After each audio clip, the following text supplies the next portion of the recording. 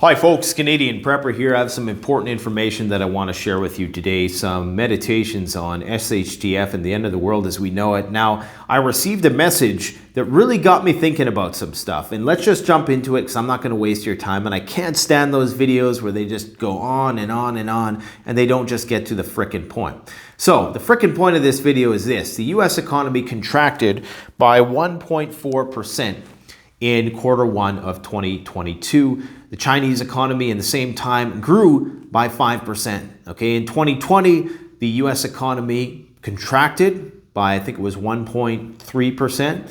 The Chinese economy grew in that time in 2020 by about 2.3%. In 2021, the Chinese economy grew by 8%. What did the US economy grow by? 5.7%. With all of that stimulus funny money, the economy only grew by that much. Now think about that.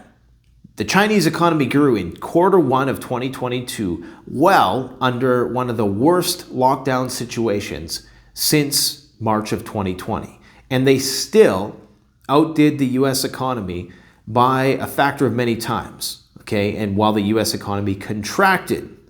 Why is this?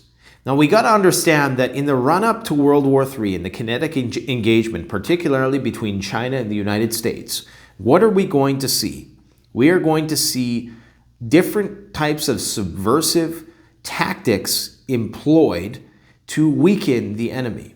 Because you don't want to do anything which could be construed as a overt aggression. So you have to do things in a nonchalant, clandestine way which is veiled under the guise of perhaps lockdowns. Now consider this. Even with their population in lockdown, they were able to turn out a 5% increase in their gross domestic product. While the US, with no lockdowns, had economic contraction. Now what does that tell you? Okay, that tells you, and that tells the Chinese, that lockdowns hurt the US more than it does them. And why is this? Well, the fact of the matter is that Chinese consumer base is growing. So the consumer base in the US is what has driven the economy of China for the longest time. Now we're getting to a point where the developing middle class in China is becoming so large that they can consume their own products. They can profit, by selling their products to themselves or to other countries around the world. And so is the theory that I'm going to propose to you today is there some 4D chess going on here? Because most people, when they think about World War III, they're only thinking about it from a kinetic exchange sense, either a proxy war or an all-out nuclear engagement. Obviously, China is going to lose that fight with the US 9 times out of 10, 99 times out of 100, let's say, okay? Because they just don't have that capacity. Now, with their manufacturing base and with their access to resources from Russia now, which is going to be unfettered, they will have the ability to if anybody can create a war machine within the span of a year, like if anybody can churn out thousands of tanks, airplanes and all this, it's the Chinese.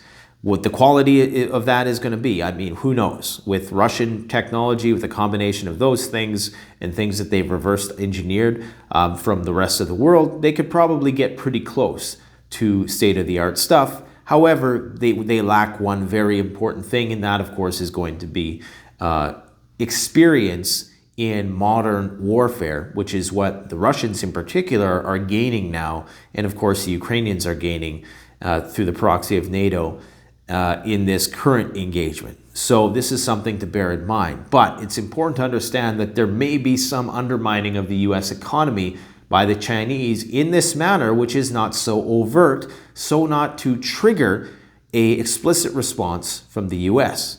Now, I was inspired to make this video by a message that I received from somebody who said this very thing, okay? And I'm going to try to read you this email that I received. It is not very legible because this person doesn't know how to use a period or punctuation, and no disrespect to them. Perhaps this is just panic state, but it's very hard for me to even just read this off camera, much less on camera, but I'm going to give it a go, okay? And I'm going to try to omit all the names that they use because they use some names of people who are known people, and I don't want to give any identifiers away. But this person is very shaken up about this. And every time I get these messages, I always have a big bag of salt present, okay? And 9 times out of 10, they're delusional and I kick them to the side. To be brutally honest, I get a lot of tinfoil hat messages. They don't even make it past the first bullshit layer. This one, however, you'll occasionally get a message from somebody who may not be the most articulate, but that doesn't mean that they don't have information, which is important, okay? And okay, let's just get into this. So my uncle was a Navy SEAL and does private security for a company. And he calls some of them which are involved with the military industrial complex. He contacted me out of the blue and yada, yada, yada. And he drove all the way to a place which was very far away from where he lives now to tell me some stuff. He told me that I needed to, and I'm paraphrasing a lot here. He didn't write it like this. I'm just trying to omit the identifiers. He was coming up to my house and told me that I needed to buy as much food as possible and have the property ready for our family to stay there for a long amount of time because he was on a security detail. And during an assignment at a place, he overheard a phone conversation between a very important person and an unknown person. He believes it was a politician. And basically, this unknown person was extremely agitated, talking about how what the Chinese are actually doing. And he brought up the possibility that he didn't think they would really let them do it, and that by this, actually starting the war has already been decided. So think about this. If you know that the Chinese economy is going to be 2 or 3 times the size of your own in the next decade or so, and this is a commonly understood statistic based on the math of what I've just talked about, 5% growth GDP and the doubling of Chinese GDP growth compared to the US, if not tripling or quadrupling.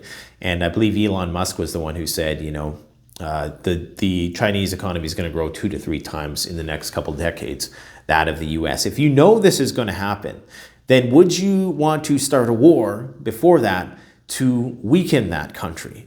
This is the question, okay? Now, what else does he say here? He actually said, God help us, he thought it was just an idea that would never actually be allowed. Not sure what he's talking about. Went on to discuss how the Chinese are going to weaken the U.S. by first cutting off goods to the United States and other Western countries under the guise of COVID lockdown before the real war starts.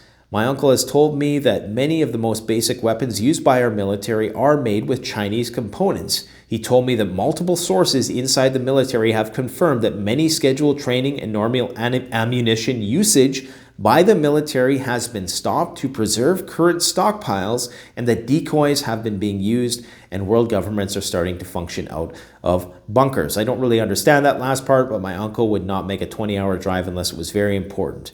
Now, this makes you wonder about why we're sending so much of this stuff to Ukraine, right? Like, why are we trying to do this?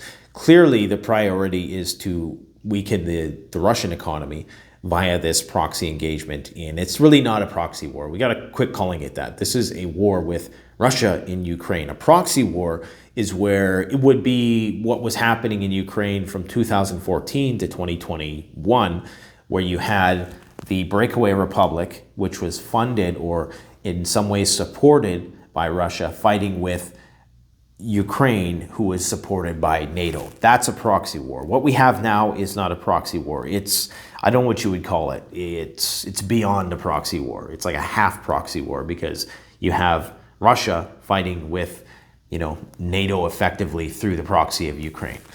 So I guess it sort of is, but yeah, there's levels of proxy war, I guess. What else does he say here? He said there was much more. He was adamant, making me promise him I would do as he instructed, and that I had no idea how bad things are going to actually get in the near future. I want to get this information out there, but there is no way without putting my family in danger because story cannot be confirmed without names and places, which I'm not even sure even matters at this point. But I started watching your videos about a month ago, and I think you're someone that might be able to get some information out to people. And this is the longest run-on sentence in human history. This individual, as appreciative as I am that they sent me this message, did not use one period in this entire paragraph. And it's not even broken up in point form, so it's rather challenging to dip in. Anyways, they bring up some interesting points because on its face, this lockdown in Shanghai makes no empirical sense whatsoever. Now, you could float the theory that it makes empirical sense because the death rates there are being drastically underreported. I did hear a tenuous claim that the crematoriums and the funeral, that whole argument, that the funeral homes are much busier. And it's the whole, there was that argument in early March of 2020 that 21 million cell phone customers suddenly were taken off the radar. So they think that that's the real death count and that the real death count is being heavily disguised in China. And that the Shanghai lockdowns are actually the result of a population who doesn't have the natural immunity that the rest of the world does. Some people would say that that is the simplest explanation, that they're actually worried about the spread of the thing and it's killing a lot of people and they're not being overt with the numbers. That's one explanation, okay? Another explanation I've heard, which I don't put much stock in, is this notion that they are trying to quell their opposition and they're trying to maintain control of people. I don't really put much stock in that because I don't see the CCP as being on the brink of collapse. I don't see a revolution flaring up there anytime soon. Now, things can happen. It could be like a pressure cooker, passive aggressive revolution of sorts where everybody's like super compliant and all of a sudden they just decide to snap. That could happen, but there's not enough signals. Like, Hong Kong was, that was a different situation, and we don't know what exactly is going on inside China. We don't know the extent of the protest and the resistance there, but I'm guessing it's not that big of a deal that they would need to lock down whole cities to their own economic detriment. Okay, and this is the most important thing, because they're shooting themselves in the foot too at the same time. But if I shoot myself in the foot and by some weird physical sequence of events, it hurts you more than it does me, like it's doing with the United States, and I'm not saying that the Chinese economy and them not sending us goods is the only factor that's leading to US economic contraction, but it's certainly one of those things. The Chinese may have realized that, hey, these lockdowns are hurting the US more than they hurt us. And for that reason, this is a way for us to covertly wage economic warfare and create these artificial embargoes of sorts without overtly declaring it. Because if you overtly declare anything, then the enemy is going to know. It's like if you start moving nukes around, then that's going to trigger a response from the enemy. So you never want to do that. You never want to do anything which explicitly shows that you are declaring war or waging war. You want to do everything kind of in a 4D chess kind of way. And this is where I think a lot of people fail to be creative in their imaginations of how an actual kinetic engagement between superpowers in the modern age would eventually come about. They fail to see the run up to it. They fail to see all the 4D chess moves. I mean, we've seen the culture war. We've seen the ideological subversion on the internet with troll farms and creating unrest and discontent and, these fomenting revolutions in other countries by, just manipulating people online with the online troll farm, idea that you can be in Russia and you can, create unrest in the United States by just creating a chat forum where you go and, spread not disinformation necessarily, but you just go and you fan the flames of discontent in whatever shape or form. And I've always said this is why democracy even though it has the upper hand in terms of it doesn't have the brain drain that authoritarian regimes have, and that you have all the smart people wanting to get out of there because they want to go and work in the democracies where they can exercise their imagination in an unimpeded way. The downside is that you live in a glass house, and that those same authoritarian regimes who have total control when crisis strikes, unlike the democracies where you have January 6th type events, where you have resistance on all fronts and riots in the streets whenever crisis emerges. To the contrary, authoritarian regimes have proven that they can get their population on lockdown real fast if the bombs ever stop flying. Now, this brings me to another theory that I've heard floated by a friend I was talking to last night, who thinks that the Shanghai lockdowns are kind of a dry run for a war situation, and how you would deal with your own domestic population to ensure the continuity of government and allow your military to do what it needed to do if the shizzy ever hit the fan. Clearly, China has demonstrated, and Russia also to some degree, that they can get their populations under control to wage war, because waging war isn't just about beating the other guy on the battlefield. It's about a big component of it is managing your own population, getting them to comply and getting them to support the war effort. Okay, the propaganda campaign used at home is incredibly important. I would say it's like, you know how they say in the movies, 80% of the movie is the musical score or the audio that accompanies it. And I would almost venture to say the same thing. Like, a lot of war comes down to, does your population support what you're doing? Because if you have the support in the hearts and minds of the people, you can do a lot more with very little. And to the contrary, you can have the greatest military in the world, but if the people don't believe in what you're doing, then it's going to have the opposite effect.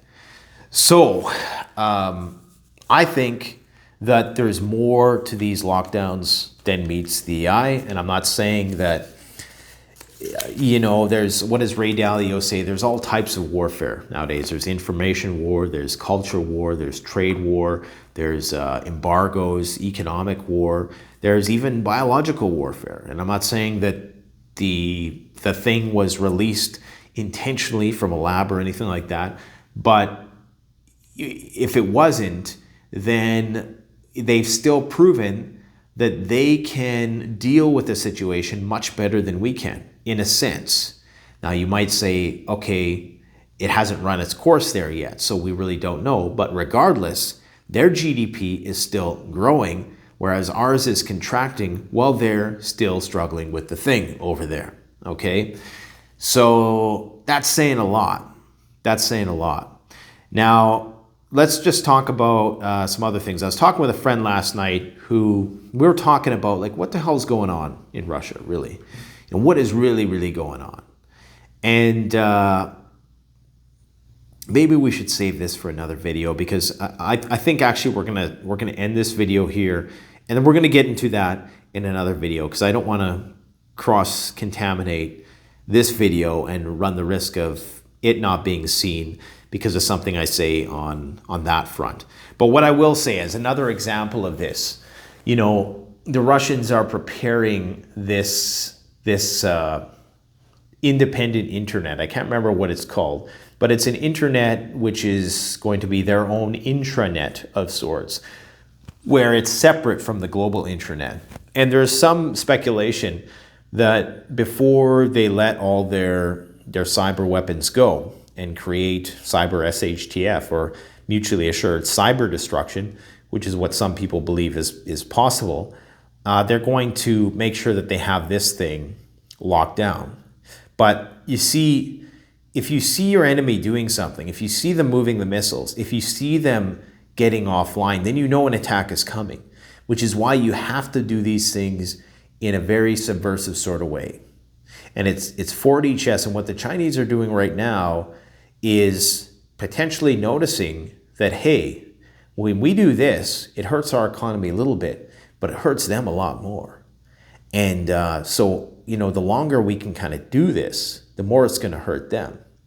Now, in the long term, this forces manufacturing in the United States to come back to life. Right now, it's going to take decades, okay, for us to get the machines in the industry back online. Why? Because all of the parts to make said things come from over there. So you have to make manufacturing plants to make the screws and the raw materials that you need to make the manufacturing plants that you need to build the actual military stuff that you need, which is why what this person said about conserving weaponry is so important right now, because a lot of it is dependent on the Chinese. When you live in a globalized market and you've outsourced, or you acquire, things that are made in your enemy's country to build your own military up, I mean, they got you by the balls, all right? You're almost a vassal state of them in some weird way, shape, or form. And so I think they're concerned. Now, it's hard to reconcile why they're contemplating sending $33 billion worth of aid, 20 billion of which is going to be military. 33 billion, that's an interesting number, isn't it? Why 33? Are they just trying to mess with all the tinfoil hatters with that one? Anyways, they must view it as that important. And I think this is the takeaway, is that it must be extremely important. Ukraine must be extremely important for them if they're willing to deplete our own stockpiles, which of course could run the risk of not being resupplied because we don't have all the parts, we don't have all the chips, and yada, yada, yada, especially if Taiwan goes. This is why Taiwan is so important. If Taiwan goes, all that fancy technology that the US uses from a distance in the comfort of their aircraft carriers is not going to fly, literally. So they need Taiwan, at least right now. They're 10 years away from making it, building these chips in the United States to the capacity that's required, okay? So, I know that's a lot to think about. Let me know what your thoughts are in the comments section below, and we will talk some more. Later, guys.